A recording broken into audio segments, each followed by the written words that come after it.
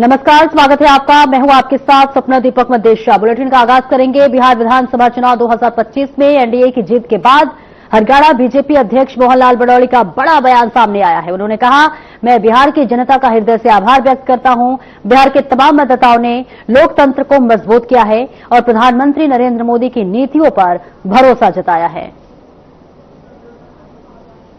सभी घटक दलों ने, चाहे उसमें लालू की पार्टी, चाहे कांग्रेस की पार्टी, चाहे उनके सहयोगी पार्टी, जिस प्रकार से उन्होंने वोट चोरी और एसआईआर के मुद्दे को उठाने का काम किया और आज इस चुनाव में जो वोट परसेंटेज बढ़ी, जिस प्रकार से बिहार में आज तक हुए चुनाव में सबसे ज्यादा वोट परसेंटेज पोलिंग की इस 2025 के विधानसभा चुनाव में रही है, इसका ये प्रमाण है, इसका यह सबूत है कि बिहार की जनता ने जो निर्वाचन आयोग के द्वारा जो वोट संशोधन का कार्यक्रम चला और निर्वाचन आयोग के द्वारा जिस प्रकार से इलेक्शन की सभी तैयारियां करने का काम किया, इलेक्शन कमीशन ने जिस प्रकार से निष्पक्ष तरीके से बिहार के अंदर चुनाव की प्रक्रिया को पूरा करने का काम किया है और बिहार की जनता ने उसी बात पर भरोसा करते हुए एनडीए को चुनने का काम किया। 202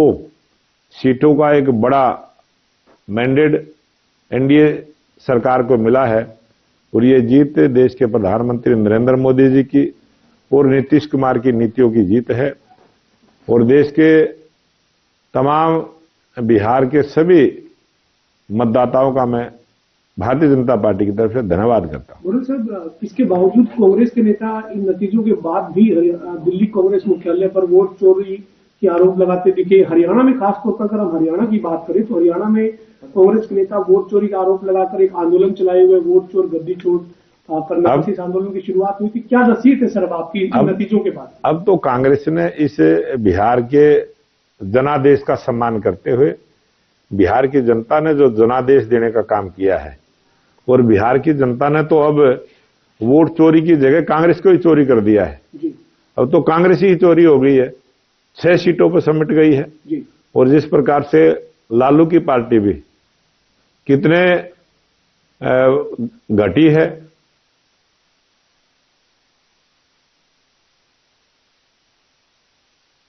कोसली किसान भवन परिसर में आयोजित एक भव्य समारोह में स्वास्थ्य मंत्री आरती सिंह राव ने बिहार विधानसभा चुनाव में बीजेपी की ऐतिहासिक जीत पर खुशी जाहिर की है और इसे प्रधानमंत्री नरेंद्र मोदी की नीतियों पर जनता के बढ़ते विश्वास का प्रतीक बताया है।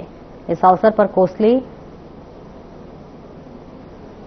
मार्केट कमेटी के नवनियुक्त चेयरमैन महेश यादव और वाइस चेयरमैन दिनेश गोयल ने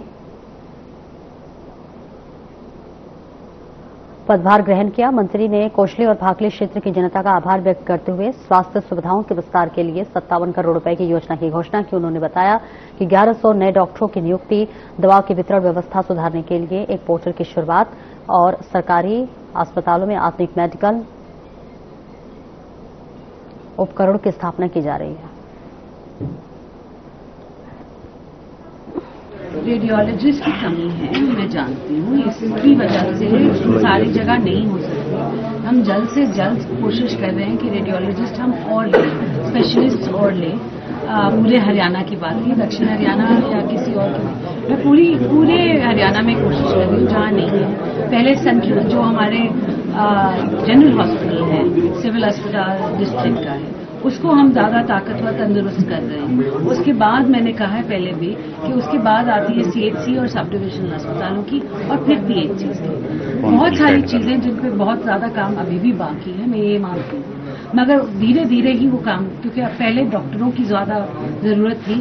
हमने 1100 से भी ज्यादा डॉक्टर दाखिल किए हैं। उसके साथ साथ इसमें बोला जाता था कि दवाइयां नहीं है। दवाइयां आज के दिन 70% मैंने खरीदती हैं HMSCL के थ्रू, तो कोई दवाइयों में कमी नहीं होनी चाहिए। हाँ, अगर डिस्ट्रीब्यूशन में थोड़ा कमी है तो वो उसके लिए मैंने CMOs को बोला है कि वो जल्द से जल्द, क्योंकि पोर्टल बना हुआ है दवाइयां, अगर पोर्टल पे दवाइयां दिख रही हैं और तुम्हारे पास नहीं है तो ये क्यों है। साथ तीसरी बात थी मशीनों की। मशीनों पर भी बहुत ज्यादा काम हुआ है। आपने देखा भी होगा, पढ़ा भी होगा कि कि मैंने जहां तक एक्सरे मशीन्स हैं, अल्ट्रासाउंड मशीन्स हैं, सभी सिविल अस्पताल के लिए पूरी तंदुरुस्त कर दी हैं सारी।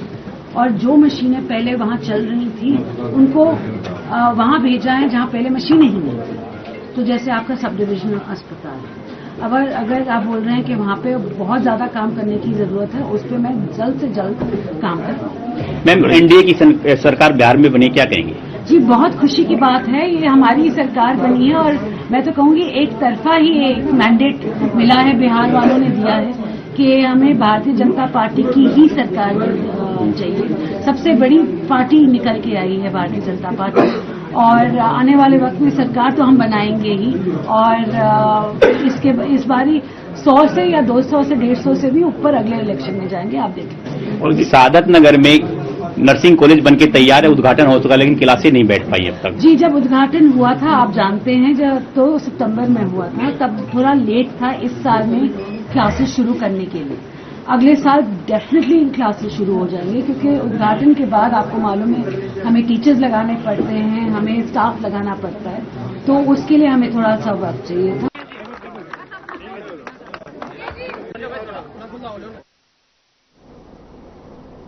कांग्रेस प्रदेश अध्यक्ष राव नरेंद्र सिंह फरीदाबाद में पार्टी कार्यकर्ताओं के साथ सड़कों पर उतरे और बिहार में एनडीए के बम्पर जीत के बाद वोट चोरी के खिलाफ मोर्चा खोला। इस दौरान उन्होंने सेक्टर 10 स्थित कांग्रेस कार्यालय के पास आपको बता दें कि कांग्रेस कार्यकर्ताओं को संबोधित किया और बताया कि किस तरह से बिहार चुनाव में वोट चोरी करने का काम किया गया। वह इस मौके पर उन्होंने अपने संबोधन में बीजेपी पर भी निशाना साधा। राव नरेंद्र सिंह ने सेक्टर 12 के लघु सचिवालय पहुंचकर डीसी के राष्ट्रपति के नाम ज्ञापन सौंपा।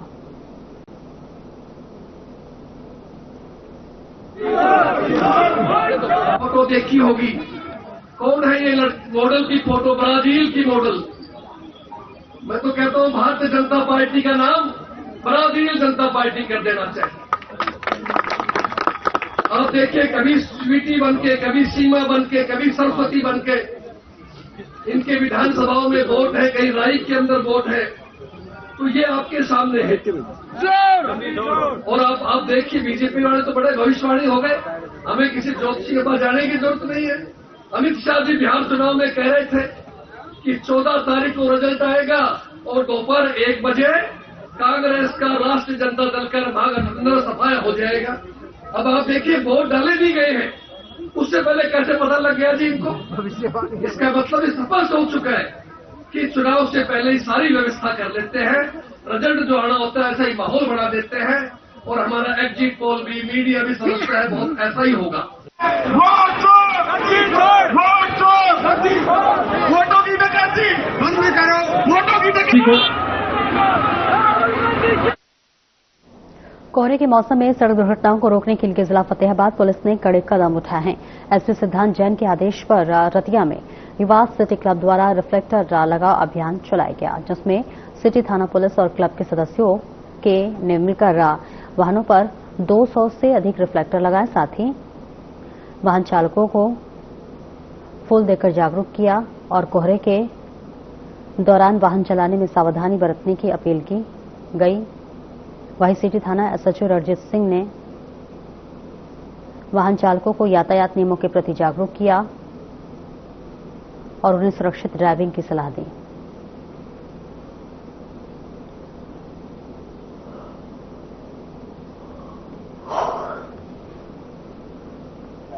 आज रतिया में एसपी सिद्धांत जैन के आदेशानुसार हमने आज युवा शक्ति क्लब रतिया द्वारा संजय गांधी चौक में रेफ्रिजरेटर लाए हैं, और जो भी जिसी के जैसे हेलमेट लगा हुआ है, सीट बेल्ट लगी है, उनको फूल देकर हमने एक अच्छा सा माहौल बनाया। भी हेलमेट जरूरी है, ठीक है। जो भी चल रहा है, युवा शक्ति आगे बढ़ रही है। पहले सिटी थाना में हमने रक्तदान शिविर लगाया था, गरीबों की सहायता के लिए आगे रहती है। और ये जैसे सर्दी आ रही है, धुंध आ रही है, धुंध की वजह से हमने गाड़ियों के पीछे रेफ्रिजरेटर लगवाए हैं, और इसमें क्या है, किसी की जान बचती है। आज श्रीमान सिद्धांत जैन आईपीएस जिला फतेहाबाद पुलिस अधीक्षक के दिशा निर्देशानुसार युवा क्लब रतिया द्वारा आम जनता को पुलिस नियमों को फॉलो करने के लिए रिफ्लेक्टर लगाए गए व सीट बेल्ट और हेलमेट ये अनिवार्य होने के कारण इनको कराया गया। इसके सिवाय आम जनता को अवगत कराया गया कि आगे धुंध का मौसम आ रहा है, जो यातायात को फॉलो करो, अपनी व आगे आने वाले की जान को सुरक्षा रखें व अपने परिवार के लिए आप बहुत अहमियत हो, इसलिए इनको सूचित किया गया।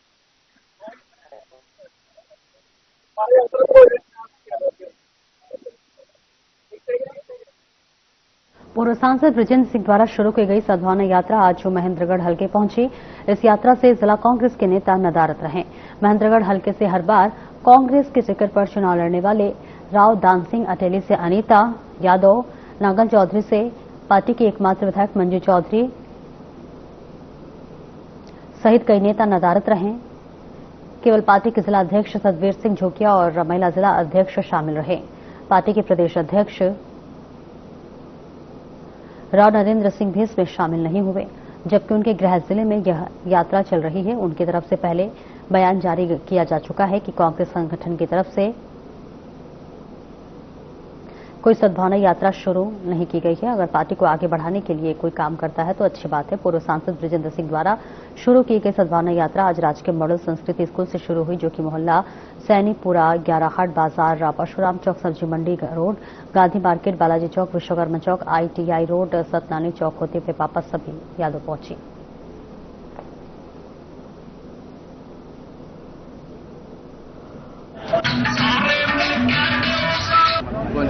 बहुत बढ़िया। देखिए कि हमारा आज 17वां हल्का शुरू हो गया है, तो हम करीब अब ये मान लीजिए 20% हल्का जो है 20% प्रदेश के जो हल्के हैं वो हमारे कंप्लीट होने वाले हैं।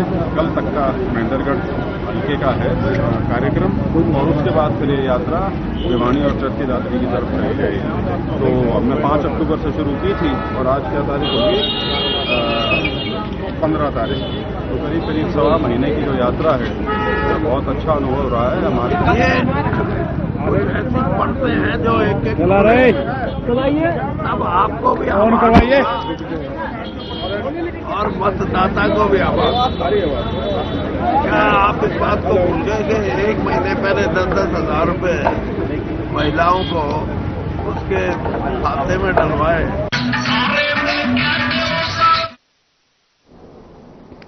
महेंद्रगढ़ के विधायक कंवर सिंह यादव ने आज सीवर फ्लाई करने की 2 जेट मशीन और 1 बकेट मशीन का नारियल फोड़कर शुभारंभ किया।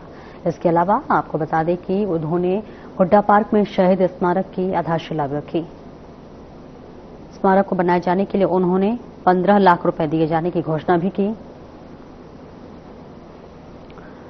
प्रदेश सरकार ने महेंद्रगढ़ में सीवर की सफाई करने के लिए एक सौगात दी है। यहां के जन स्वास्थ्य अभियांत्रिकी विभाग में सरकार की ओर से 2 जेटिंग मशीन और 1 बकेट मशीन दी गई है।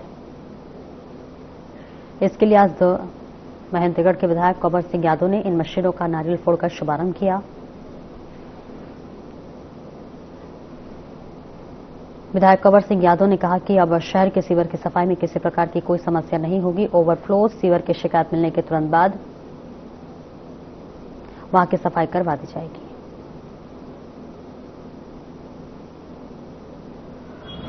सबके लिए, नगर के लिए, पार्षदों के लिए, चेयरमैन साहब के लिए, मेरे लिए और विभाग के एक्शन SDO सबके लिए बहुत ही खुशी की बात है कि सरकार की ओर से 3 गाड़ियां सीवर की सफाई के लिए, सीवर ठीक ढंग से चले, इन सब बातों के लिए 3 गाड़ी नगर के अंदर आई और इन गाड़ियों की ओपनिंग के लिए सबके सामने शुरुआत की है।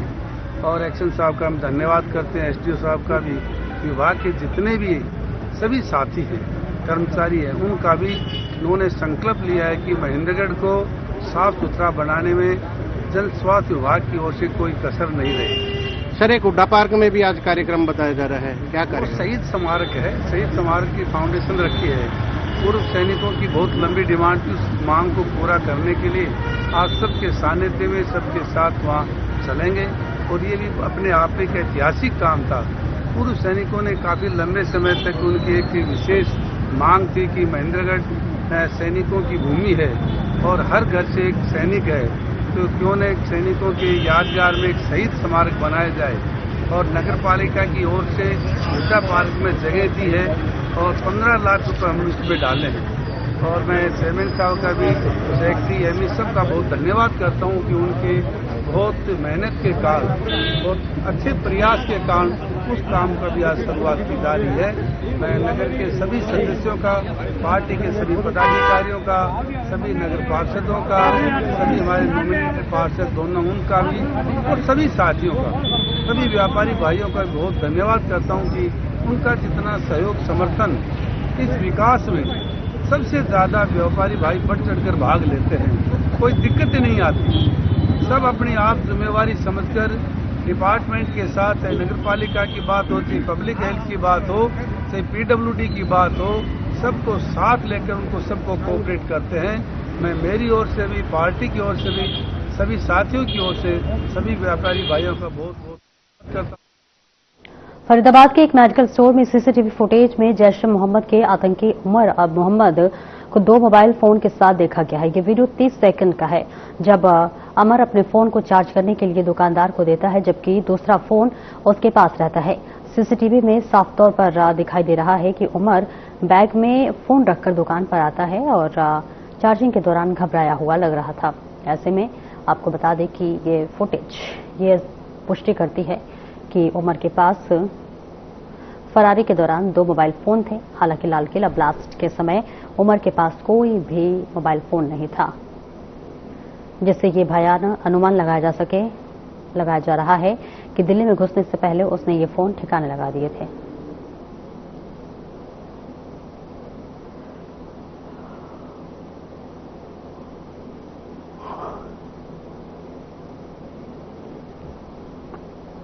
'थाना प्रभारी शिव कुमार ने बताया है कि मिट्ठू पुत्र वासुदेव, जो कि वर्तमान में करनाल के वार्ड नंबर 5 में रहता था और पटना का रहने वाला था, और आज कल पास के गांव में दिहाड़ी मजदूर करता था। थाना प्रभारी ने बताया है कि किसी के खेत में काम करता था तो कभी किसी के घर पर मजदूरी करता था।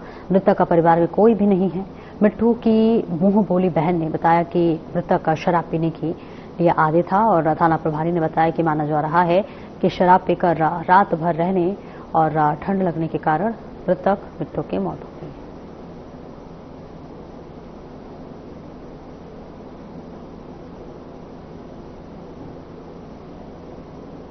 50-55 के बीच में एज थी और करीब 20-25 साल से पटना का रहने वाला था। यहाँ हरियाणा में रहता था, कभी मिसिंग, कभी सिरसल, कभी ये गांव हो रहे वहां तोतला वगैरह। तो ये किसी के नौकर लग जाता था, किसी के जैसे दुकान पे लग जाता था। तो ये अनमैरिड था, इसका परिवार का किसी को कुछ नहीं पता था। तो ये शराब पीने का आदि था। परसों रात को ये पैलेस है वही पास में सगुन प्लेस, वहां ये चाय वगैरह बनाने की नौकरी करता था। तो जो मालिक ने, मैनेजर ने बताया हमारे को, तो शराब शुरू पी के ये पुलिया के पास गिरा मिला है, मुंह के चोट लगी है जैसे गिरने वाली चोट होती है। और उसके बाद शायद ठंड के कारण या ज्यादा शराब पीने के बाद या कोई बीमारी के कारण तो इसकी मृत अवस्था में लाश मिली है कल सुबह। तो हमने उसका पोस्टमार्टम करा दिया है। एक उसकी मुंह बोली बहन है, वो केवल इसका नाम जानती थी मिसिंग की, इसके अलावा कुछ नहीं जानती थी। न इसका एड्रेस है कोई, ना कोई आधार कार्ड है, ना इस पे कोई फोन नंबर। और हमने कल पोस्टमार्टम करा के और एक संस्था के माध्यम से उसका अंतिम संस्कार भी करवा दिया। तो कोई नहीं, कोई परिजन का बारे में कोई भी सुराग नहीं चला है। ये तो 20-25 साल से अपना पटना से यहाँ रहता था, इसका आगे पीछे कोई नहीं। शराब पी, हाँ शराब की बोतल भी मिली है वहां।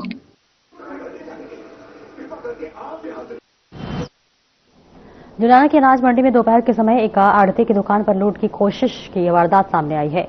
करीब 12 बजे एक बदमाश दुकान में घुसकर काउंटर का दराज तोड़ने की कोशिश कर रहा था। दुकान के बाहर बैठे शख्स को अंदर से कुछ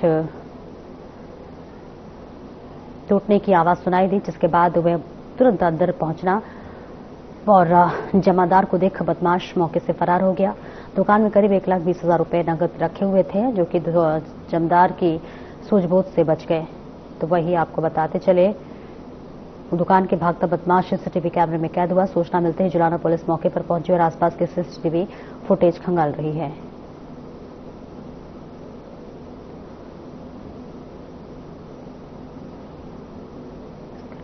एजेंट का काम यानी कि एड्रेस का काम करता हूँ अपनी दुकान पे, और मैं खाना खाने गया था जी।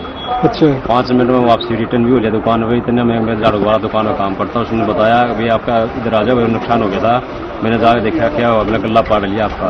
तो मैंने देखा हाँ गल्ला एक तो मेरा लॉक खुल गया था, एक थोड़ा मजबूत था, उसमें कैश रखा हुआ था। शुक्र है मतलब कैश मेरा बच गया। कितना कैश रखा हुआ था? कैश उसमें 1,20,000 के समथिंग था। अच्छा। हाँ जी। तो सारा कैश बच गया? कैश बच गया, अभी निकाल लिया पुलिस की मौजूदगी में, कैश मिल गया। लेकिन चोर हाथ में आते थे, बच के निकल गया हाथ में से।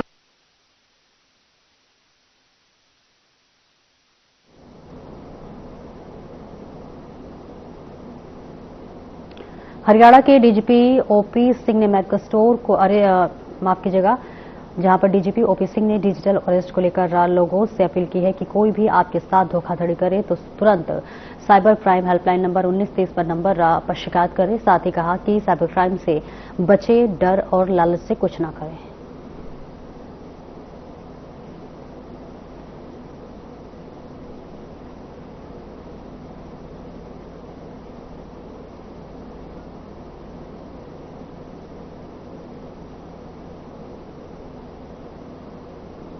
यमुनानगर में रोडवेज कर्मचारियों पर गुंडागर्दी के गंभीर आरोप लगाए हैं, जिन्हें दिल्ली निवासी बीएसएफ जवान रविंद्र ने लगाया है। जवान अपने परिवार के साथ विकासपुरी में एक शादी समारोह में शामिल होने आया था और लौटते समय बस स्टैंड पर मामूली बहस के बाद कर्मचारियों ने उसके परिवार पर हमला कर दिया। घायल आदित्य प्रताप राणा के अनुसार कार बस स्टैंड में ले जाने पर एक कर्मचारी ने बस रोको की और रोकने पर गाली गलौज करते हुए उसे कार से खींचकर मारपीट करने लगा। आरोप है कि बाद में एक कर्मचारी बस से नुकीला हथियार लेकर आया और हमला किया। घटना के बाद बस स्टैंड पर भीड़ जमा हो गई। बीएसएफ जवान ने कहा कि रोडवेज कर्मचारियों की ये खुली गुंडागर्दी है, जिस पर कड़ी कार्रवाई की जरूरत है।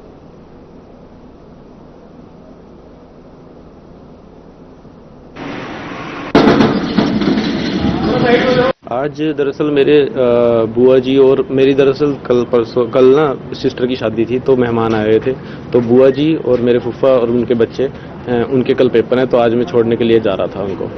और बस स्टैंड पे मैं गया तो वहाँ पे मैंने कार अंदर की और किसी मेरे दोस्त की कार थी, तो मैंने कार अंदर की। अंदर जाके वहाँ पे ब्रेक मारी क्योंकि बाहर निकल रही थी एक बस, वो बैक लेने लगी। तो हमने एकदम ब्रेक मारी, उसका कंडक्टर आया, मेरे बोनट पे एकदम 2 हाथ मारे उसने, तेज तेज कर पीछे कर इसको। मैंने कहा ठीक है मैं कर लेता हूँ।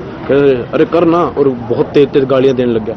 मैंने कहा एक इस तरीके से नहीं बात करना होता, आराम से बात कर ले। तो वो एकदम घूम के आया, मेरी गाड़ी खोल ली, एकदम मेरा गेट खोला और मेरे को बाहर निकाला। इतना में मेरी बुआ आई और मेरी बुआ को ऐसे धक्का दिया चेस्ट पे। और फिर उसके बाद मैंने उसमें एकदम आया, मेरे फूफा जी भी आए। तो वो काफी सारे एकदम से इकट्ठे हो गए, बहुत तकड़ी यूनियन बन जाती है इनकी एकदम। और वहां पे सब ने मेरे को पकड़ लिया और मारना शुरू कर दिया।